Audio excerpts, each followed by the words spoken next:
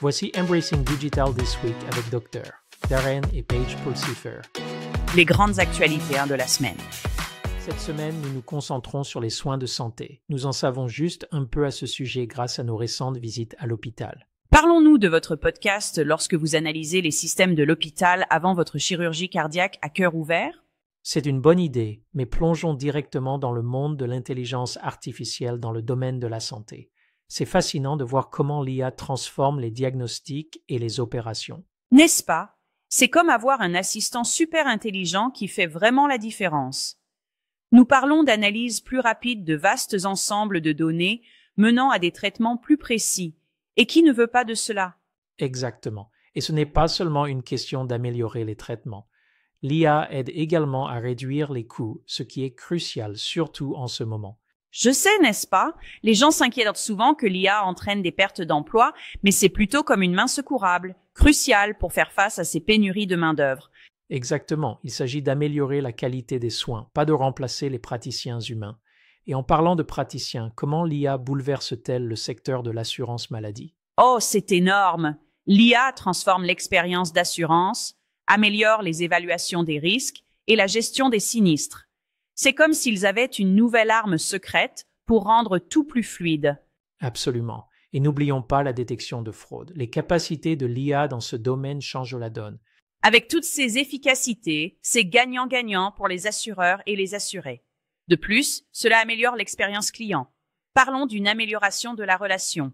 D'accord, et les technologies de soins infirmiers alimentées par l'IA, c'est un autre développement majeur. Elles peuvent gérer des tâches routinières, libérant ainsi les infirmières humaines pour des soins plus complexes. Mais, vous savez, il y a une certaine résistance parmi les professionnels.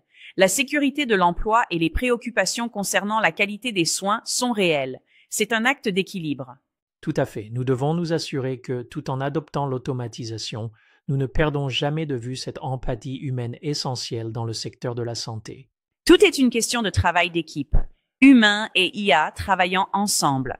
Maintenant, voyons comment le monde de la technologie réagit à ces avancées. Passons à la cybersécurité dans le secteur de la santé. Il y a une augmentation alarmante des attaques ciblant ce secteur. On dirait que ce n'est plus seulement une question de sécurité de vos données personnelles, n'est-ce pas? Absolument. J'ai vu cet article de GovTech. Il est vraiment inquiétant de voir comment ces incidents de cybersécurité augmentent. Que se passe-t-il? N'est-ce pas? Les experts soulignent l'importance de mesures de sécurité avancées et d'une formation approfondie du personnel. Qui savait que cliquer sur oui sur cette fenêtre contextuelle pouvait avoir de grandes conséquences? Je sais. C'est comme demander à quelqu'un de garder les joyaux de la couronne tout en gérant un buffet. Exactement. Et dans une affaire qui fait les gros titres, il y a une énorme violation de données dans une entreprise de bien-être. Les fédéraux interviennent car il semble qu'il y ait eu de graves violations de la loi HIPAA. Des informations sensibles ont été divulguées. C'est au-delà de préoccupant. Les gens font confiance à ces organisations pour leurs données de santé. Et maintenant, tout est disponible. D'accord. Cela suscite de vives inquiétudes concernant la confidentialité des données. Les experts exhortent les organisations de santé à agir immédiatement pour renforcer leur protection. Et ce n'est pas seulement une question des grands acteurs. Il y a aussi une collaboration innovante qui se déroule dans l'Indiana, où des systèmes de santé s'unissent pour aider les petits fournisseurs à renforcer leur cybersécurité. Oui, mutualiser les ressources pourrait vraiment aider les établissements de santé moins bien dotés qui sont souvent vulnérables. Tout le monde mérite que ces données soient protégées. Sûrement, il crée un environnement plus sûr pour tous les fournisseurs, ce qui est brillant. C'est comme avoir un village pour protéger vos secrets les plus précieux. Tellement vrai. La leçon ici? L'industrie de la santé doit vraiment prioriser la cybersécurité pour protéger les informations des patients. Bien dit. Sinon, qui fera confiance au paysage numérique avec ces données de santé? Le secteur de la santé connaît une révolution des données. Ce n'est pas qu'un mot à la mode.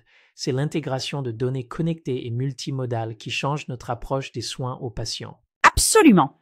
Je veux dire, qui aurait cru que les soins de santé pouvaient devenir si high-tech? On dirait quelque chose tout droit sorti d'un film de science-fiction, n'est-ce pas? N'est-ce pas? Mais ce qui est vraiment surprenant, c'est le rôle que joue l'IA dans tout cela. En tirant parti de sources de données diverses, nous pouvons en réalité débloquer des informations qui, jusqu'à présent, étaient cachées comme une recette de famille que personne ne se souvient. Des informations cachées? ça sonne mystérieux, mais sérieusement, ces découvertes pourraient vraiment améliorer les résultats pour les patients et rationaliser les opérations. Non? Irak met train OmniHealth, par exemple, Morrisel training chart camel de dollar de notes cliniques non structurées. Est-ce des données sérieuses? Je ne peux même pas imaginer cette quantité d'informations. C'est comme essayer de trouver une chaussette spécifique dans une corbeille de linge pleine de paires dépareillées. Une tâche décourageante, c'est sûr. Mais en transformant ces notes en quelque chose d'actionnable, les professionnels de santé peuvent en tirer des informations précieuses et améliorer les soins aux patients. C'est un changement radical. Et en parlant de changement, l'optimisation du chargement de données à grande échelle est une autre stratégie innovante. Cela améliore l'efficacité et la gestion des données. Lorsque des informations importantes sont facilement accessibles, les organisations de santé peuvent se concentrer sur ce qui compte le plus, offrir de meilleurs soins aux patients. Et n'oublions pas de réduire les coûts. Ces solutions de données modernes sont essentielles pour un paysage technologique de la santé durable. Tellement vrai, c'est excitant de voir comment la technologie continue de transformer les services de santé. Si vous me le permettez, je vais rédiger ma lettre à l'hôpital local pour obtenir un peu de cette magie des données dans notre ville. C'est l'esprit. Fais juste attention à ne pas leur demander de cuisiner comme toi. La dernière fois que j'ai vérifié, ils ne servent pas de smoothie de données. Alors, parlons de l'adoption de la transformation numérique, d'accord? Il bouleverse vraiment les choses dans l'éducation. L'avenir s'annonce prometteur. Absolument. Il se concentre sur l'intégration de la technologie dans les classes, ce qui, soyons honnêtes, revient à donner aux enfants des super-pouvoirs dans une économie numérique. Des super-pouvoirs, hein? Je peux déjà les voir filer à travers leurs devoirs maintenant. Mais sérieusement, cette initiative vise à doter les élèves des compétences numériques essentielles. C'est crucial. N'est-ce pas? Si nous voulons que nos enfants réussissent dans ce monde rapide, ils ont besoin de ces compétences. Il s'agit de les préparer aux défis qu'ils devront relever à l'avenir. Et nous ne parlons pas seulement d'utiliser une tablette pour faire défiler les réseaux sociaux. Il s'agit de véritable littératie numérique, de comprendre les outils dont ils auront besoin. Exactement. Et c'est fascinant de voir comment ils intègrent des approches innovantes de l'apprentissage.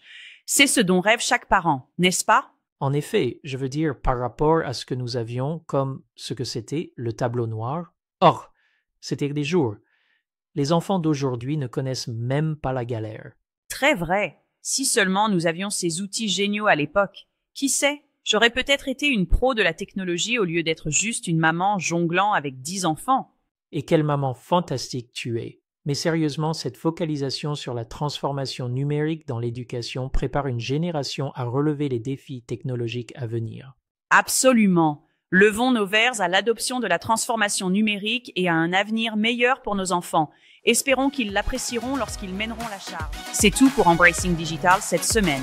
Si vous avez aimé cet épisode, écoutez notre podcast hebdomadaire complet, Embracing Digital Transformation.